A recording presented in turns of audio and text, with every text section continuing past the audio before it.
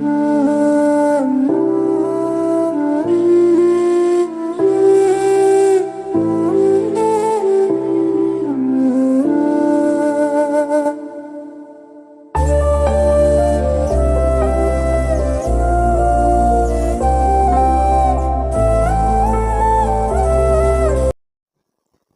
ఘనమైన నామమునకు మహిమ కలుగునుగాక.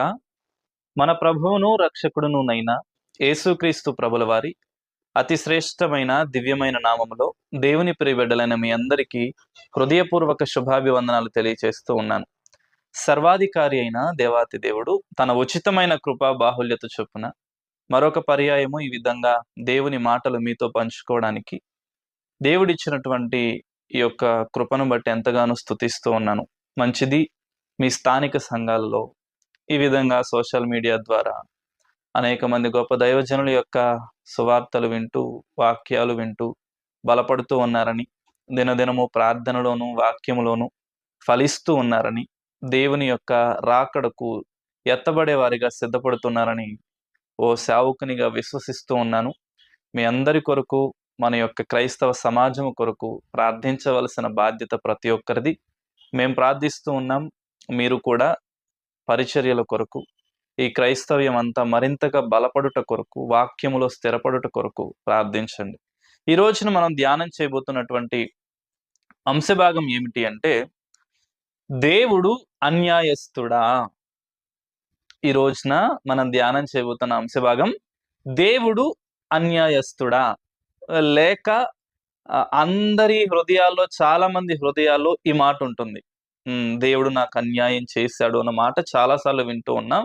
వారందరినీ ఒకసారి క్రోడీకరించుకుని మరొక అంశభాగం ఏదైనా దీనికి పెట్టొచ్చా అంటే, టైటిల్ ఏదైనా పెట్టొచ్చు అంటే ఇలా కూడా పెట్టుకోవచ్చు, దేవుడు నీకు అన్యాయము చేశాడా. ఈ రెండు టైటిల్స్ లో మీరు దేనినైనా పెట్టుకోవచ్చు. నేను ఈ రెండు టైటిల్స్ ని ఈ యొక్క మెసేజ్ మీరు చూసుకునే థంబ్నెయిల్లో ఉంటుంది.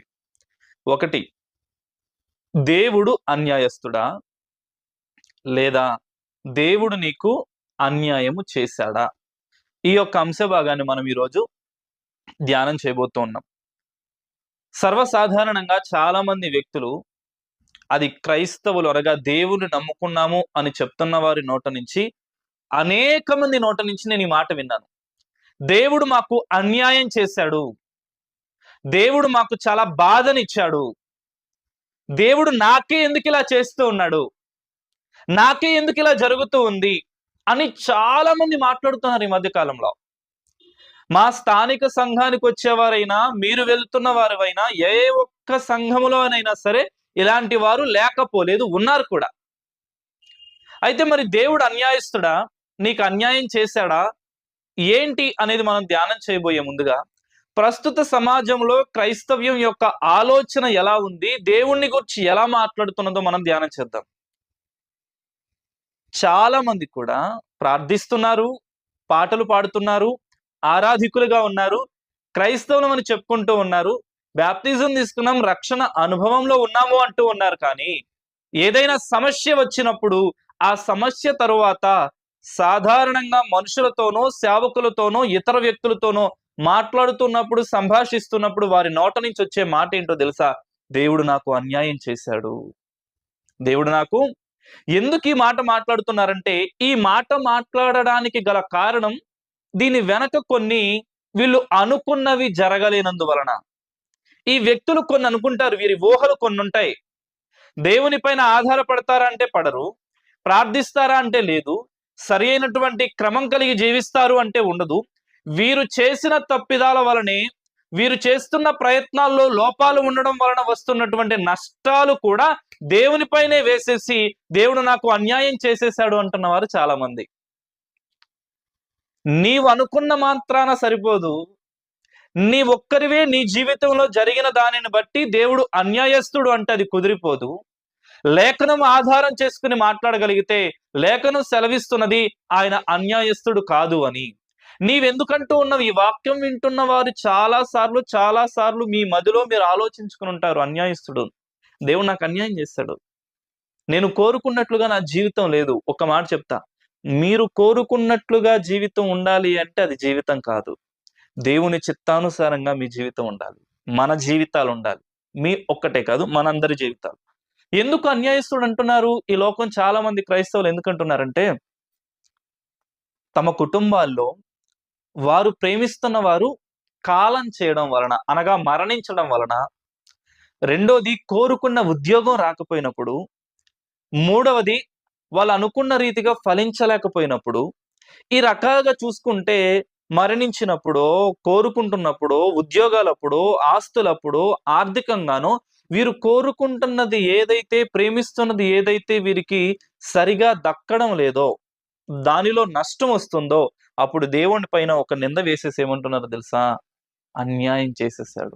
ఉదాహరణకు ఒక మాట చెప్తాను. ఈ మధ్య కాలంలో పేరు చెప్పను, ఎవరో చెప్పను, కానీ ఒక సహోదరి, వారి అమ్మగారు 80 సంవత్సరాలు పైబడినటువంటి వయస్సు ఉంటుంది, చనిపోయింది.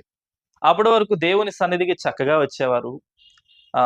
ఒక తమ్ముడిలాగా ఈ సేవకుడిని ప్రేమిస్తూ, ఆదరిస్తూ, ప్రోత్సహిస్తూ ఒక కుటుంబంగా కలిసిపోయారు. వారిని కూడా చక్కగా మా యొక్క తోడబుట్టిన వారిలాగా, ఆత్మీయ బంధువులాగా మేము ప్రేమించాం, ప్రార్థిస్తూ వస్తున్నాం, కష్ట నష్టాలు పంచుకుంటూ వస్తున్నాం, బాధలు కలిగినప్పుడు ఓదార్పునిస్తూ వస్తున్నాం. ఏదైనా ఇబ్బందికరమైన పరిస్థితిలో ఉన్నప్పుడు ప్రార్థించడమే కాక భరోసాగా వారితో కూడా నిలుచున్నాం. అయితే ఎప్పుడైతే వారు ప్రేమిస్తున్న ఆ సహోదరి యొక్క తల్లిగారు చనిపోయారో, నాకు దేవుడు అన్యాయం చేశాడు, దేవుడు లేడు, మమ్మల్ని ఎందుకు చంపేయాలి అంటే, దేవుడు చంపుతాడండి? అంటే ప్రతి మనిషి కూడా పుట్టడం ఎలాగునో మరలా ఆత్మ దేవుని దగ్గర నుంచి వచ్చింది. అదే ఆత్మ దేవునికి అనుకూలంగా బ్రతికిన వారిని, నాణ్యమైనటువంటి జీవితం జీవించిన వారు దేవుని దరికి మరలా చేరవలసినటువంటి ఆ సంభవం అది. అయితే ఎందుకు మరణించింది, ఎందుకు మరణించేటట్లుగా చేశాడు దేవుడు నాకు, కాబట్టి నా దేవుడు నాకు అన్యాయం చేశాడు అని చెప్పి ప్రార్థన మానేశారు. ఎన్నోసార్లు మాట్లాడుతున్నా సరే దేవుడు లేడు అని చెప్పి పూజలకి, పునస్కారాలకి, అక్కడికి ఇక్కడికి తిరుగుతూ ఉన్నారు. ఇక్కడికే రానక్కర్లేదు. నా ఆలోచన సేవకునిగా ఉన్న నేను, నా దగ్గరికే, అనగా నేను ఆరాధిస్తూ ఒక క్రమాన్ని జరిగిస్తున్నటువంటి సేవను జరిగిస్తున్న మా మందిరానికే రానక్కర్లేదు. ఎక్కడో చోట ఏదో విధంగా దేవుని చేత కట్టబడితే చాలు. మా దగ్గరికే రానక్కర్లేదు, మీ ఇష్టం వచ్చిన చోటికి మీరు వెళ్ళండి, ఆధ్యాత్మికంగా బలపడండి అని చెప్తూ ఉంటే దేవుడు లేడు, మాకు అన్యాయం చేశాడు. ఎందుకు? వాళ్ళ తల్లి మరణించవలసినటువంటి సమయము, పిలుపునందుకుని దేవుని దరికి చేరితే అన్యాయం అట అది. కోరుకున్న ఉద్యోగం రాకపోతే అన్యాయస్తుడట దేవుడు.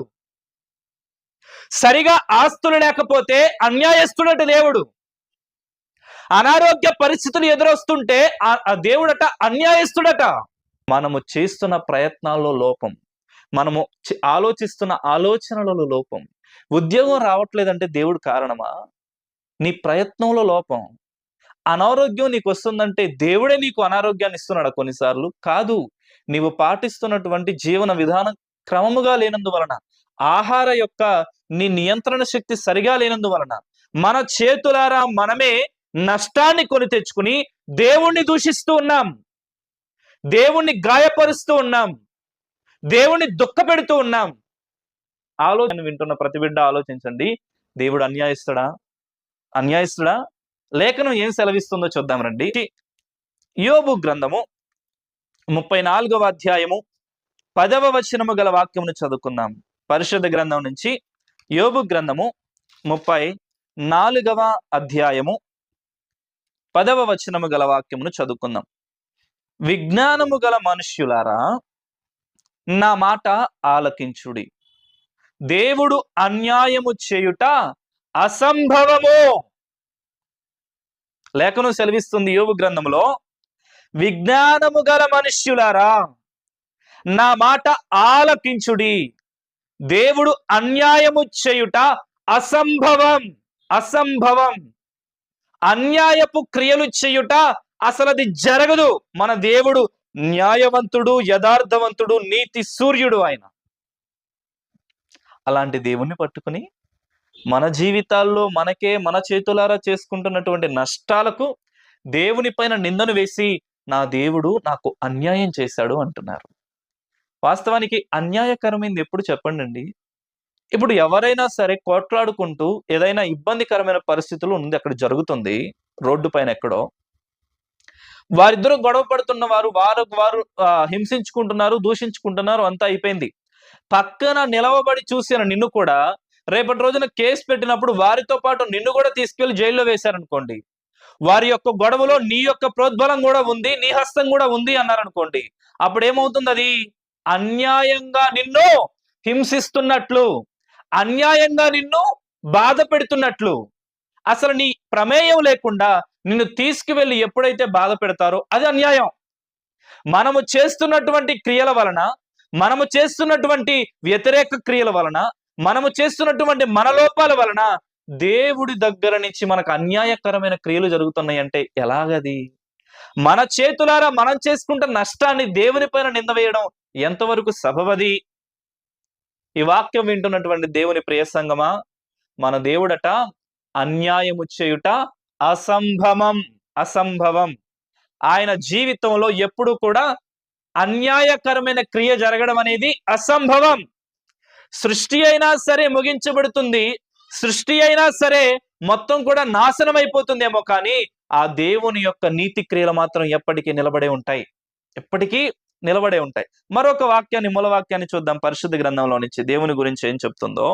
రోమీయులకు రాసిన పత్రిక పరిశుద్ధ గ్రంథం నుంచి మొదటిగా యోబు గ్రంథములో 34వ అధ్యాయం 10వ వచనంలో చూసాం, ఆయన అన్యాయము చేయుట అసంభవము అని చూస్తూ ఉన్నాం.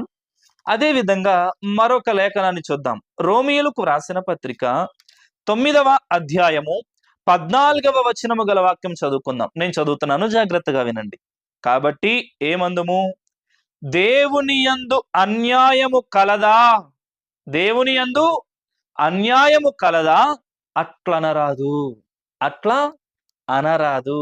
ఎవరు చెప్తున్నారు? రోమీయులకు పత్రిక రాస్తూ అపోస్తలుడైనటువంటి పౌలు గారు మాట్లాడుతున్నటువంటి మాట. 14వ వచనం, దేవుని యందు అన్యాయము కలదా, అట్లనరాదు. అలా మాట్లాడకూడదు. ఎందుకు? ఆయన నీతి కలిగిన దేవుడు, న్యాయవంతుడు, యథార్థవంతుడు. అందుకు ఆయన అన్యాయవంతుడు, అన్యాయకరమైన దేవుడు అని మీరు అనవద్దు. ఇంకొక వాక్యాన్ని కూడా నేను చూపిస్తాను. ఇదే రోమీయులకు రాసిన పత్రిక 3వ అధ్యాయము 4-5 వచనాల్లో మనం ఒకసారి పరిశీలన చేద్దాం. రోమీయులకు 3వ అధ్యాయము 4-5 వచనములు గల వాక్యం చదువుకుందాం. నీ మాటలలో నీవు నీతిమంతుడుగా తీర్చబడినట్లును, నీవు వ్యాజ్యమాడునప్పుడును గెలుచునట్లును అని వ్రాయబడిన ప్రకారము ప్రతి మనుష్యుడును అబద్ధికుడుగును, కానీ దేవుడు సత్యవంతుడు కాక తీరుడు. ప్రతి మనుష్యుడును అబద్ధికుడగును గాని దేవుడు సత్యవంతుడు కాక తీరడు. మనము అబద్ధికులం, మనము అవినీతి పరులం, మనము అన్యాయస్తులం, కానీ మన దేవుడు న్యాయవంతుడు, నీతిమంతుడు. మనం చూసారా? మూలవాక్యంలో మనం చూస్తూ ఉంటే యోబు గ్రంథంలో, రోమీయులకు రాసిన పత్రికలో, మరలా ఇక్కడ 3వ అధ్యాయంలో దేవుని చూపిస్తూ ఉంది. ఆయన అన్యాయస్తుడు కాడు, ఆయన సత్యవంతుడు, ఆయన నీతివంతుడు, ఆయన అన్యాయకరమైన క్రియలు మన జీవితాల్లో ఎన్నటికీ చేయడు. ఆయన అన్యాయము జరిగించట అసంభవము. ఇది జరగదు. కలలో కూడా నా దేవుడు అన్యాయము నాకు చేశాడు అని చెప్పుకోవడానికి కూడా తావు లేదు, అవకాశం లేదు. శుద్ధ గ్రంథంలో కొంతమంది ఆలోచిస్తున్నప్పుడు ఇజ్రాయెల్ ప్రజలను ఒకసారి చూద్దాం. ఇజ్రాయెల్ ప్రజలు మనం చూస్తూ ఉన్నప్పుడు వాస్తవానికి ఐగుప్తు అనే బానిసత్వపు ఆ రాజ్యం నుంచి పాలుతేనులు ప్రవహించు వాగ్దాను కనాను దేశానికి పంపించడానికి దేవుడు వారిని ఏర్పాటు చేసుకుని మోషేను పంపిస్తూ ఉన్నప్పుడు, వాస్తవానికి ఐగుప్తు దేశం నుంచి కనాను దేశానికి వెళ్ళిపోవడానికి 10 రోజుల సమయం పట్టుద్ది. ఎన్ని రోజులు? 10 రోజులే. కానీ వీరు ఈ ఐగుప్తు దేశం నుంచి కనాను దేశానికి వెళ్ళడానికి 40 సంవత్సరాల సుదీర్ఘ కాలం పట్టింది. 10 రోజుల్లో వెళ్ళిపోయేటటువంటి వీరిని దేవుడు 40 సంవత్సరాల పాటు తిప్పుకుంటూ వచ్చాడు అంటే ఏంటో, దీనికి కారణం ఏంటో తెలుసా? అన్యాయస్తుడనా? వారిని హింస పెట్టడం దేవునికి ఇష్టమనా? వారిని నలగకొట్టడం దేవునికి ఇష్టమనా? ఎందుకు అంటే వారు ఈ తేనులు ప్రవహించు ఆ స్వాస్థ్యానికి చేరడానికి కావలసిన సిద్ధపాటు కోసం. కొన్నిసార్లు వారి జీవితాల్లో నష్టాన్ని అనుభవించడానికి దేవుడు ప్రవేశపెట్టింది ఎందుకో తెలుసా? వారిని సరిచేయడానికి, పాలుతేనులు ప్రవహించు దేశం అనే దాని యొక్క విలువను వారికి తెలియజేయడానికి, వారిని సరిచేయడానికి, వారిని తీర్చిదిద్దడానికి, దేవుని యొక్క ఆలోచనలో, దేవుని యొక్క చిత్తములో ఇజ్రాయేల్ ప్రజలందరూ కూడా సరి అయిన విధంగా బ్రతుకుతున్న వారు కారు, అన్యాయముగా బ్రతుకుతున్నవారు. వీరికి నీతిని అనుగ్రహించాలి, ఈ యొక్క రాజ్యం యొక్క పాలుతేళ్లు ప్రవహించే స్వాస్థ్యం యొక్క విలువను వారికి తెలియచేయాలి అని చెప్పి ప్రతి అడుగడుగున వారిని పరిశోధిస్తూనే, పరీక్షిస్తూనే, నలగకొడుతూనే దేవుడు నడిపిస్తూ వచ్చాడు. ఇప్పుడు నా జీవితాల్లో అనేక సార్లు వస్తున్న సమస్యలు ఎందుకో తెలుసా? దేవుడు అన్యాయస్తుడు కాబట్టి కాదు. అసలు అన్యాయస్తుడని నువ్వు అనుకుంటూ ఉన్నావు. మన దేవుడు నీతి కలిగిన దేవుడు కాబట్టి మనందరినీ కూడా నీతిమంతులుగా చేస్తూ, ఆశీర్వాదం అనే పురానికి ఎక్కిస్తూ, ఆశీర్వాదపు కర్తలుగా దీవించడానికి మన జీవితాల్లో కొన్నిసార్లు కొన్ని శ్రమలు, నష్టాలు, ఇబ్బందులు కలుగుతున్నాయి. దేవుడు అన్యాయస్తుడు అంటున్నాం. దేవుడు అన్యాయస్తుడు అంటున్నాం. లేఖనాలు సెలవిస్తూ ఉన్నాయి, ఆయన అన్యాయము చేయుట అసంభవము. ఆయన సత్యము కలిగిన దేవుడు, యథార్థత కలిగిన దేవుడు, నీతి కలిగిన దేవుడు. ఇప్పుడు ఎవరు మరి అబద్ధికులు, నీతి లేని వారు? దేవుడు కాదు. ఆయన నరుడైతేనే కదా, మనల్ని సృజించిన సృష్టికర్త. ఆయన అన్యాయస్తుడు కాదు. మరి ఎవరు అన్యాయస్తులు అంటే దేవుడే అన్యాయస్తుడు అంటున్న నువ్వు నేనే. మన దేవుని నిందిస్తున్నాం చూశారు, మన దేవుడినే దూషిస్తున్నాం కదా, మనమే నిజమైన అన్యాయస్థలం. ఆయన మన కొరకు ప్రాణం పెట్టాడని గుర్తించాం, మన కొరకు రక్తం కార్చారని గుర్తించాం, మన కొరకు బలియాగం అయ్యారని గుర్తించాం, మన కొరకే సృష్టిని సృజించారని గుర్తించాం, మన కొరకే మరణకరమైన పరిస్థితి నుంచి లేవనెత్తుతున్నాడు అని గుర్తించాం. ఈ రోజు ఈ జీవితం అనేది అసలు ఎందుకు పనికిరాని జీవితం, కానీ ఆయన విలువ చేత, రక్షణ చేత, నీతిని వస్త్రాలు ధరింపజేశాడు అని ఏది కూడా మనం ఆలోచింపకుండా దేవుని పైన తిరుగుబాటు స్వభావంతో ఉన్న మనము అసలైనటువంటి అన్యాయస్థలం. చూద్దామా ఎవరు అన్యాయస్తులు? మరి ఇప్పుడు దేవుడు నీతిమంతుడు, అన్యాయస్తుడు కాదు అనడానికి మూలవాక్యాలు చేయించావు కదా, మరి మనము ఆ అన్యాయస్తులం అంటూ ఉన్నావు. మరి మూలవాక్యం ఏమైనా ఉందా? పరిశుద్ధ గ్రంథంలో ఆధారితమైనటువంటి వాక్యాలు ఉన్నాయి అంటే రండి చూద్దాం పరిశుద్ధ గ్రంథంలో నుంచి. మీరు చాలా తెలివైన వారు, ఇష్టం వచ్చినట్టుగా మాట్లాడితే ఎవరు కూడా ఊరుకోరు కదా. చూద్దాం, ఇది కూడా లేఖనాన్ని ఆధారిత చేసుకునే మాట్లాడుకుందాం.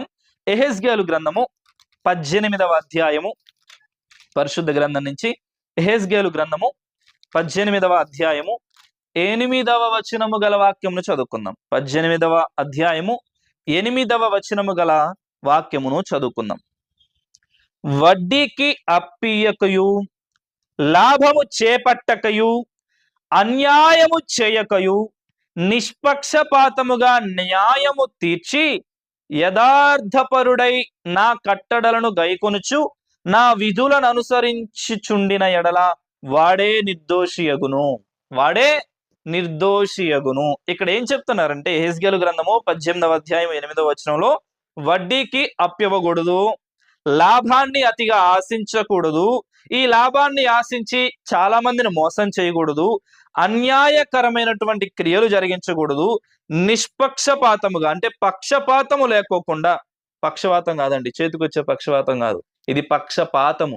పక్షవాతము అంటే నరాల బలహీనత వలన, బ్లడ్ సర్క్యులేషన్ వలన, హై బీపీ వలన మన యొక్క శరీరంలో వచ్చేటటువంటి పెరాలసిస్, స్ట్రోక్స్ అంటాం. మీరు దయచేసి అది అనుకోవద్దు. కొన్నిసార్లు వాక్యంలో చిన్నటువంటి పదాలు మారిపోవడం వలన అర్థాలు కూడా మారిపోతాయి. ఇక్కడ ఏంటి? నిష్పక్షపాతముగా. పక్షపాతం, నా కులమే, మా బిడ్డే, మావాడే, మా వంశమే, మా ఊరే. కొంతమందికి అన్యాయం జరుగుతున్నప్పుడు ఈ కులపవాడి అయ్యున్నాడు అనుకోండి, వాడికి చాలా అన్యాయం చేసిన, అక్రమం చేసిన, మా కులపోడేగా, మావాడిదే కరెక్ట్. బుద్ధిహీనత. ఇది నిజమైన అన్యాయం. అన్యాయస్తులుగా ఉన్నది మనము, నీతిమంతుడిగా ఉన్నవాడు ఆయనను దూషిస్తున్నామా? దేవుడు మనకు అన్యాయం చేశాడా? ఆయన అన్యాయస్తుడా? వడ్డీకి డబ్బులు ఇచ్చేది ఎవరండి? మనమే. లాభం లేకోకుండా ఏ పని చేయము, మనమే. అన్యాయంగా ప్రవర్తిస్తూ ఉంటాం, మనమే. పక్షపాతం ఉందా? ఉంది. ఇవన్నీ కూడా ఎవరు చేస్తున్నారు? మనము చేస్తూ ఉన్నాం. అయితే వీటన్నిటినీ కూడా అనుసరించని వాడు నిర్దోషి అగును. అంటే దోషి కాదు వాడు. ఇప్పుడు మనందరం ఎవరు చెప్పండి? అన్యాయస్థలం కాదా? దోషులము కాదా? దేవుణ్ణి దూషిస్తున్నాం మనం అసలు అన్యాయస్థలం, మనం అసలు దోషులం. ఇంకొక మాట చూపిస్తాను రండి. అదే యెహెజ్కేలు గ్రంథము 33వ అధ్యాయము 17వ వచనము గల వాక్యం చదువుకుందాం. 33వ అధ్యాయము 17వ వచనము గల వాక్యమును చదువుకుందాం. వచనం, అయినను నీ జనులు యెహోవా మార్గము న్యాయము కాదని అనుకొందురు. ఏమంటున్నారట? జనులట దేవుని యొక్క మార్గం అనగా యెహోవా మార్గము న్యాయము కాదని అనుకొందురు, అయితే వారి ప్రవర్తనయే గదా అన్యాయమైనది. యెహెజ్కేలు గ్రంథకర్త 33వ అధ్యాయంలో వ్రాస్తూ ఉన్నాడు, జనులు అనుకుంటూ ఉన్నారట దేవుని మార్గమే సరైనది కాదు, దేవుడే సరైన వాడు కాదు. అయితే ఆ భక్తుడు తెలియజేస్తున్న మాట, అసలు ఈ మాట అంటున్న మీరే కదా సరైన వారు కాదు, మీ ప్రవర్తనే కదా సరిగా లేదు. మీ ప్రవర్తన సరిగా లేకుండా, మీ క్రియలు సరిగా లేకుండా మీరే అన్యాయక్రమంగా బ్రతుకుతూ దేవుడి ప్రవర్తన రాంగ్ అంటారేంటి? దేవుని మార్గాన్ని తప్పుపడుతున్నారేంటి? దేవుని వాక్యం తెలీదు, దేవుడంటే ఏంటో తెలీదు, దేవుడు మన కోసం ఏం చేశాడో తెలీదు, కానీ దేవుణ్ణి దూషించేవారు మహాగణులు మహాజ్ఞానులు ఎక్కువైపోయారు. ఎంత బాధేస్తుందంటే, దేవుడు నాకు ఇది చేయలేదు, నాకు అన్యాయం చేశాడంటే ఎంత నొప్పి, ఎంత బాధ ఉంటుందో. దేవుడు అలా కాదమ్మా, నిన్ను పరీక్షిస్తున్నాడు తప్పించి ఆయన నీకు అన్యాయం చేయడంలా. నిన్ను పరిశోధిస్తున్నాడు కాబట్టి అంతేకాని నీకు అన్యాయ క్రియ జరిగించడంలా. నీ కీడు వెనక నీకు మేలు దాగున్నదని నువ్వు గుర్తించడంలా. మన ప్రవర్తన అన్యాయము, మన క్రియలు అన్యాయము, మన ప్రవర్తన, మన క్రియలు, మన ఆలోచనలు, మన నడక, మన పడక అన్నీ కూడా అన్యాయంగాను, అక్రమంగాను, అప్రవర్తనగా ఉన్నాయి. కానీ దేవుడు నీతివంతుడు, జ్ఞానవంతుడు, సత్యవంతుడు, యథార్థవంతుడు. ఆయన మాత్రం నా దేవుడు నాకు అన్యాయం చేశాడు. చూసాం ఇప్పటి వరకు. దేవుడైతే నీతిమంతుడు అని చూస్తూ ఉన్నాం, న్యాయవంతుడు అని చూస్తూ ఉన్నాం, ఆయన అన్యాయము చేయుట అసంభవము అని మాట్లాడుకుంటూ ఉన్నాం, మూలవాక్యాన్ని చూస్తూ ఉన్నాం. మరి ఎవరు అన్యాయస్తులు అంటే మాట్లాడుతున్న మనమే అన్యాయస్తులు అనుకుంటూ అని లేఖనం సెలవిస్తున్నది.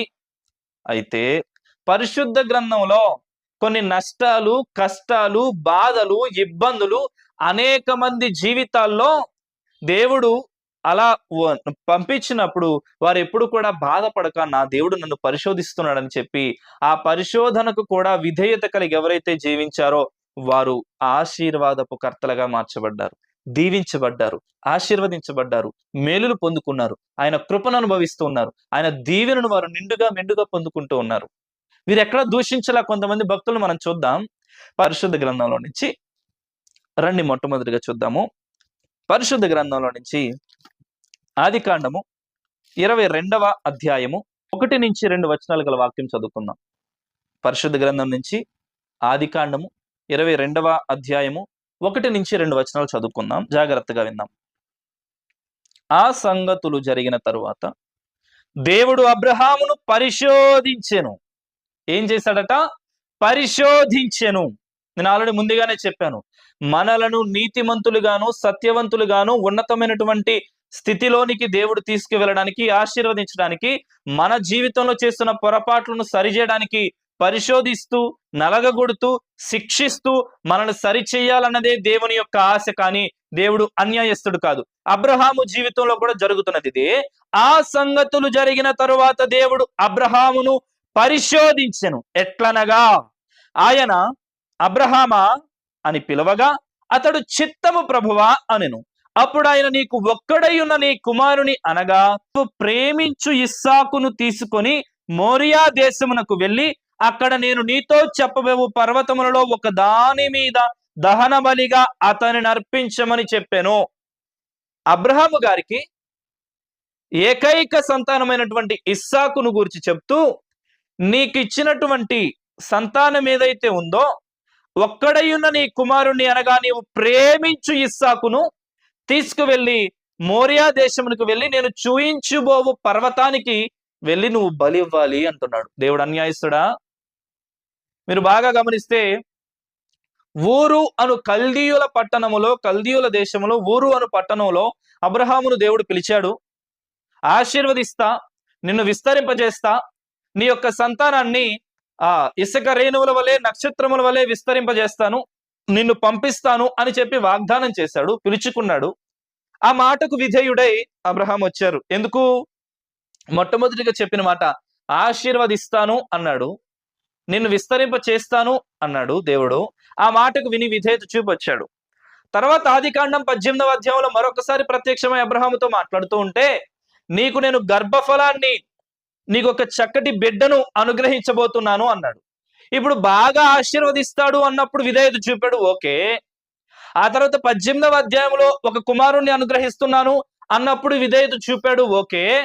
ఇప్పుడు అంతా బాగుంది, బిడ్డ కూడా పుట్టేశాడు, చక్కగా ఆ బిడ్డ కళ్ళ ముందే ఎదుగుతూ ఉన్నాడు. ఆనందంతో సంతోషంతో మంత్రముగ్ధుడైపోయినటువంటి అబ్రహాము దగ్గరికి పరిశోధించడానికి దేవుడు మరలా ప్రత్యక్షమై, ఒకసారి నువ్వు మోరియా పర్వతానికి వెళ్ళి నీ ప్రియ కుమారుడైన ఇస్సాకును బలిగా అర్పించు నాకు అన్నాడు.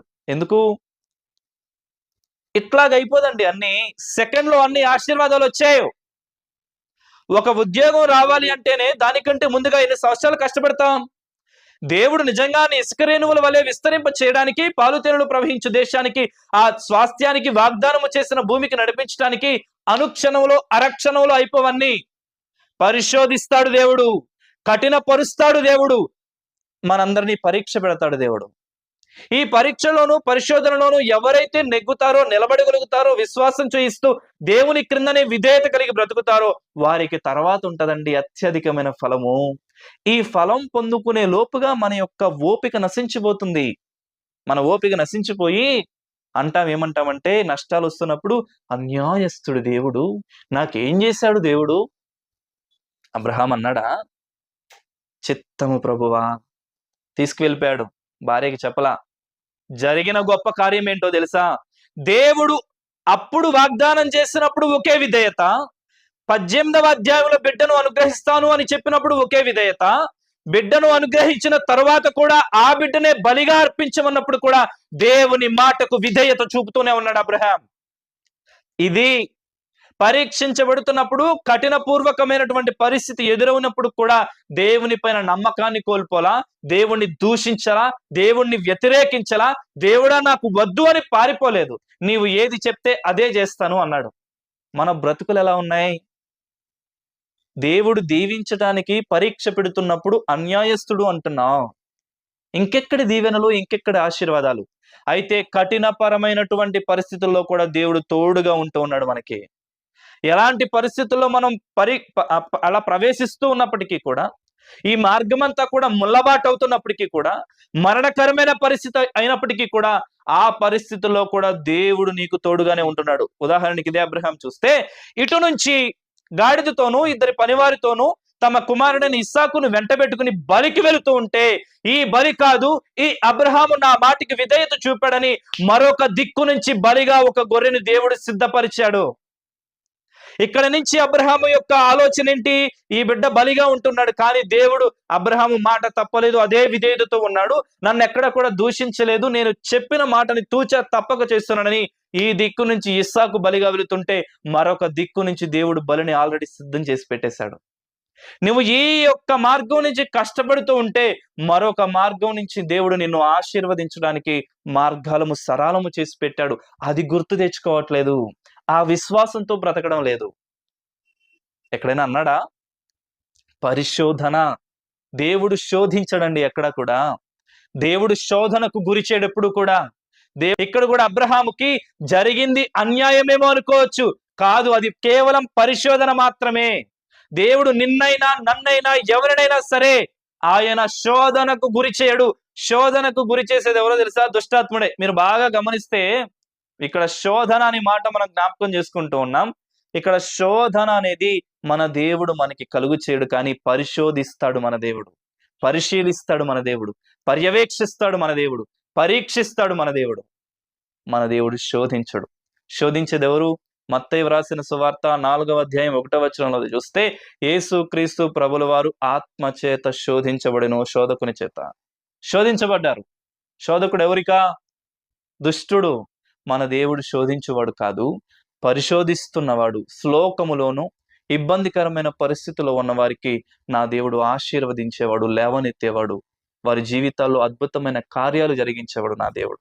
ఎప్పుడు అంటే పరిశోధిస్తున్నప్పుడు, శిక్షిస్తూ ఉన్నప్పుడు, దేవుడు పరీక్షిస్తూ ఉన్నప్పుడు, ఎప్పుడైతే నువ్వు విధేయత కలిగి బ్రతుకుతావో అప్పుడు. అనుకోవచ్చు, నీవే కదా బిడ్డనిచ్చింది, నీవే కదా వాగ్దానం చేసింది, నీవే కదా నా యొక్క భార్యకు వచ్చి 12 బిడ్డ పుడతాడు అనింది. అయినప్పటికి ఇప్పుడు ఏం చేశారు? ఆ బిడ్డనే అడుగుతున్నారా? ఆ బిడ్డనే బలిగా కావాలా? నీవు అన్యాయస్తుడవు, నీవు అక్రమము గలవాడవు అని అనలా. చిత్తము ప్రభువా అన్నాడు. అందుకే దేవుడు వాగ్దానము చేసిన ప్రతి వాగ్దానాన్ని నెరవేర్చుకున్నాడు. అబ్రహాము ఆశీర్వాదపు కర్తగా మార్చుకున్నాడు. అబ్రహాము దేవుని స్నేహితుడిగా మార్చబడ్డాడు. ఇసుక రేణువుల వలె విస్తరించబడ్డాడు, ఆశీర్వదించబడ్డాడు. అనేకమైనటువంటి జనములకు ఆయన కర్తగా మార్చబడ్డాడు. ఇది దేవుడిచ్చిన ఆశీర్వాదం. ఆశీర్వాదము వెనక పరిశోధన ఉంటుంది. ఈ పరిశోధనకి, ఈ ఆశీర్వాదానికి మధ్యలో కొన్ని పరీక్షలు ఉంటాయి, శిక్షలు ఉంటాయి, అవమానాలు ఉంటాయి, కఠినకరమైనటువంటి పరిస్థితులు ఉంటాయి. అవన్నీ అనుభవించగలిగితే తప్పకుండా నీవు కూడా ఆశీర్వదించబడతావు. రెండో వ్యక్తిని చూద్దాం. ఆ బంధం నుంచి యోబు గ్రంథము 1వ అధ్యాయము 22వ వచనము గల వాక్యం చదువుకుందాం. జాగ్రత్తగా పరిశీలన చేద్దాం. 1వ అధ్యాయము 22వ వచనం గల వాక్యం చదువుకుందాం. ఈ సంగతులలో ఏ విషయమందును యోబు ఏ పాపమును చేయలేదు, దేవుడు అన్యాయము చేసినని చెప్పలేదు. మరలా చదువుతున్నాను, జాగ్రత్తగా వినండి. ఈ సంగతులలో ఏ విషయమందును యోబు ఏ పాపమును చేయలేదు, దేవుడు అన్యాయము చేసినని చెప్పను లేదు. ఈ యోబు గారి జీవితంలో ఏం జరిగింది అంటే, యోబు చాలా నీతిమంతుడిగా, భయభక్తులు కలవాడని 1వ అధ్యాయంలో నుంచి మొదటి వచనం నుంచి మనం చదువుకుంటూ వస్తే అర్థమవుతుంది.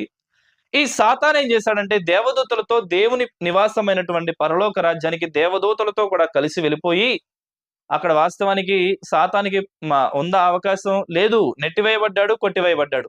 అయితే దేవదూతల్లానే మనాడు కూడా వేషం వేసుకుని, ఆ మాయగాడు కదా, ఆ మాయమైనటువంటి వేరొక దేవదూతల్లాగా తనను మాయ చేసుకుని ఆ అదృశ్య రూపిగా వెళ్ళిపోయి అక్కడ మాట్లాడుతూ, ఎక్కడి నుంచి వచ్చావు, నువ్వెవరు, కొత్తగా ఉన్నావు అని దేవుడు పట్టుకున్నాడు.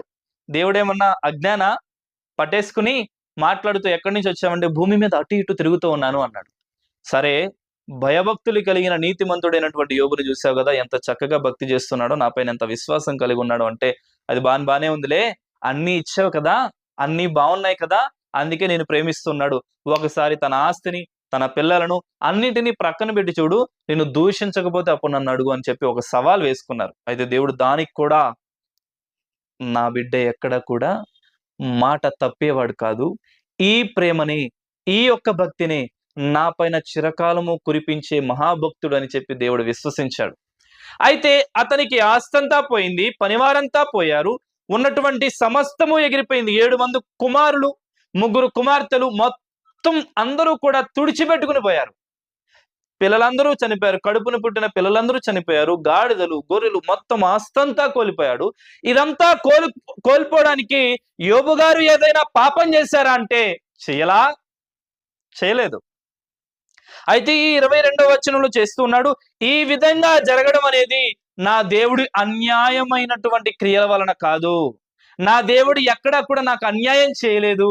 ఇది ఇంత జరిగినా సరే, ఆస్తులు పోయాయి, అంతస్తులు పోయాయి, పనివారము పోయింది, అతని దగ్గర ఉన్నటువంటి మొత్తము తుడిచిపెట్టుకుని పోయింది, మిగతాది కూడా అతని బిడ్డలు కూడా చనిపోయారు. అయినప్పటికీ అంటూ ఉన్నాడు, నా దేవుడు ఎటువంటి అన్యాయం నాకు చెయ్యలా. ఇదే పరిస్థితిలో అండి, ఈ మాట వింటున్న మనకు ఉద్యోగం పోయింది అనుకుందాం, మన గృహం భూకంపం వచ్చి కూలిపోయింది అనుకుందాం, మన కడుపున పుట్టిన బిడ్డ చనిపోయాడు అనుకుందాం, దేవుని ఎన్ని అనకూడని మాటలు అంటూ ఉంటాం.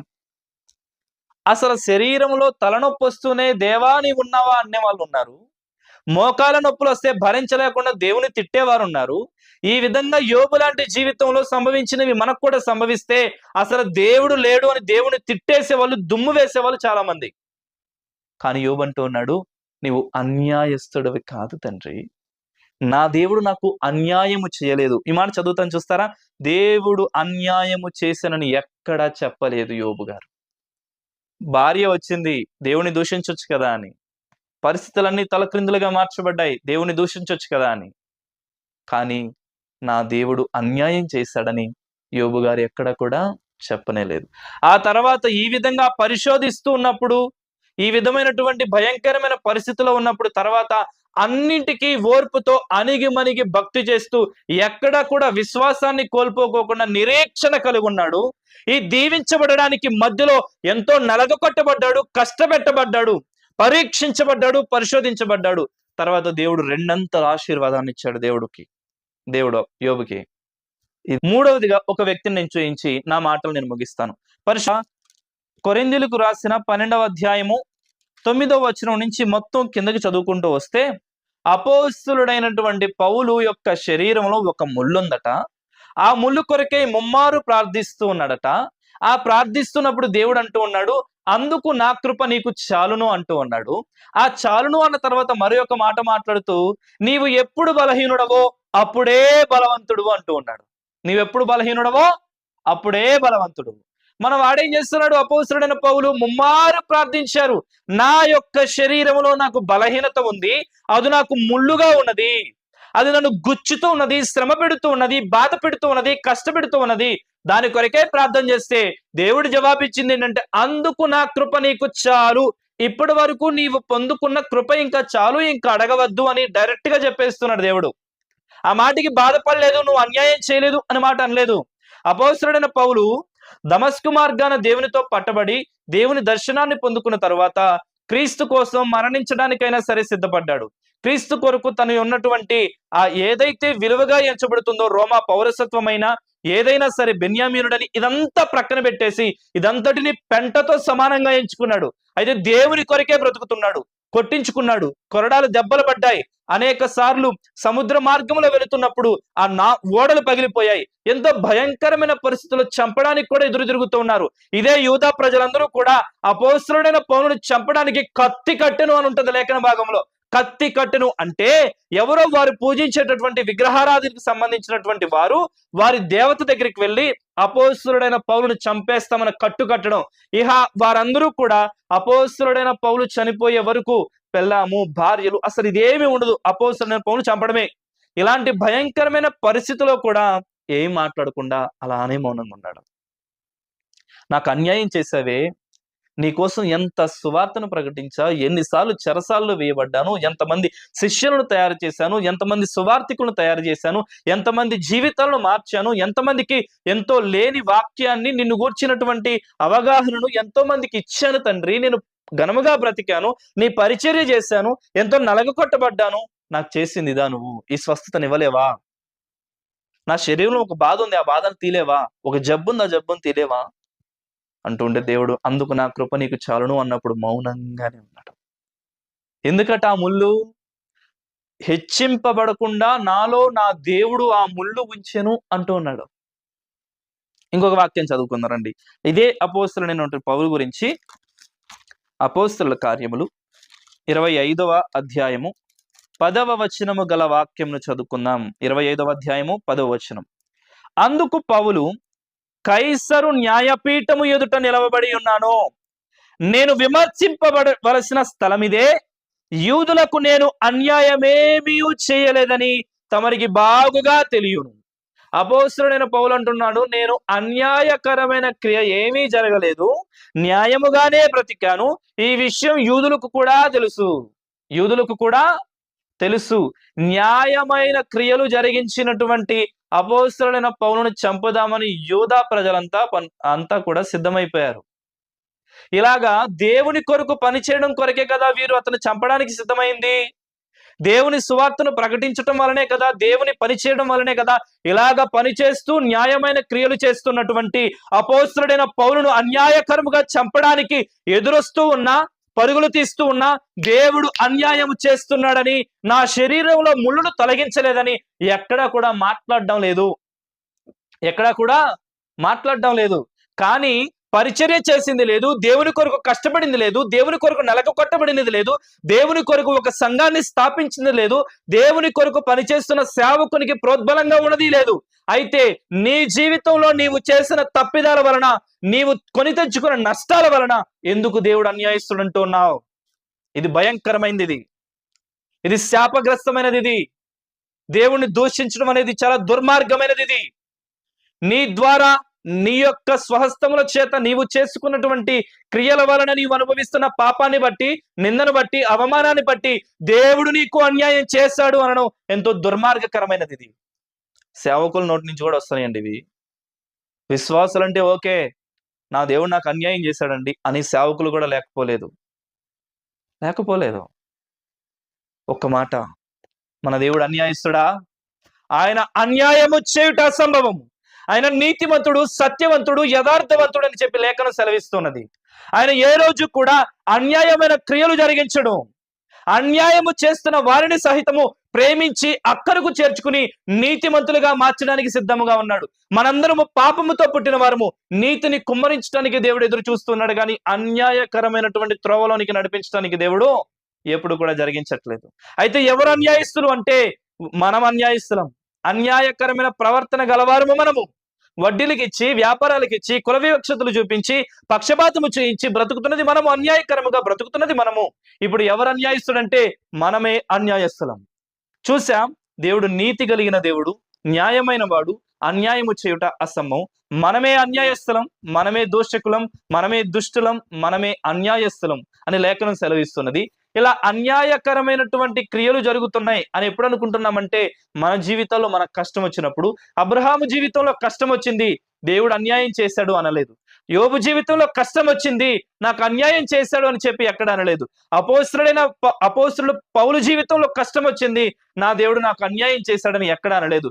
దేవుని చిత్తం ఎలా జరిగితే అలా జరగడానికి వారు ఇష్టపడ్డారు, ఆశీర్వదించబడ్డారు. మనము కూడా కష్టం వచ్చినప్పుడు ఇష్టపడదాం, కష్టం వచ్చినప్పుడు ఓర్చుకుందాం, నలగగొట్టబడుతున్నప్పుడు మనం ఇష్టపడదాం, పరిశీలన చేస్తున్నప్పుడు, పరిశోధిస్తున్నప్పుడు మనం దేవునికి విధేయత చూపుదాం, ఒదిగిపోదాం.